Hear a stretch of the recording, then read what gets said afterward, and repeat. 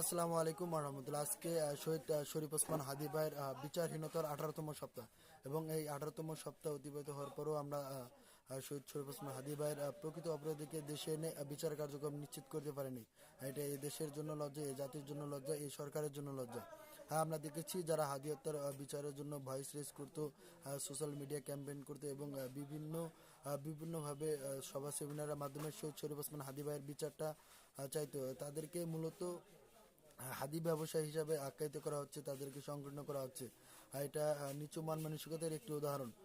যারা শরীফ ওসমান হাদি ভাইকে ভালোবাসে, যারা তার ভারতীয় আধিপত্যবাদ বিরোধী আন্দোলনের যারা শরিক, তারা মূলত হাদি হত্যার বিচার অবশ্যই চাবে এবং এদেশের লাখো কোটি জনতা চাবে যে শহীদ শরীফ ওসমান হাদি ভাইয়ের বিচার কার্যক্রমটা নিশ্চিত হোক, যাতে পরবর্তীতে আমরা আরও অনেক হাদি তৈরি করতে পারি। কিন্তু তার বিচারটা যদি আসলে না হয়, তাহলে পরবর্তীতে কোনো হাদি আসলে তৈরি হবে না।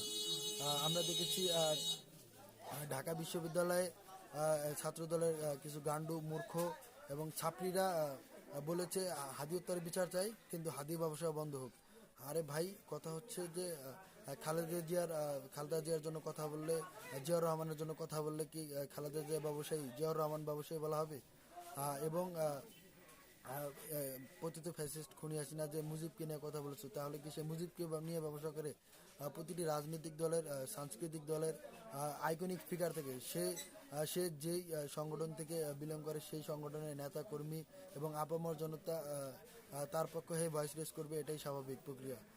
এই স্বাভাবিক প্রক্রিয়াকে যারা অস্বাভাবিক করে তোলে, তারা আসলে মূলত একটি নির্দিষ্ট এজেন্ডা বাস্তবায়নের দিকে ধাবিত হচ্ছে, যেটা 5 আগস্ট পরবর্তী কোনোভাবে কাম্য নয়। আমরা চাবো শহীদ শরীফ ওসমান হাদি ভাইয়ের প্রকৃত অপরাধীকে দেশে এনে দ্রুততমভাবে বিচার কার্যক্রম নিশ্চিত করতে হবে, অন্যথায় এদেশের 18 কোটি জনগণ মেনে নেবে না। ইনকিলাব জিন্দাবাদ। হাদি হত্যার বিচার চাই, জাস্টিস ফর হাদি।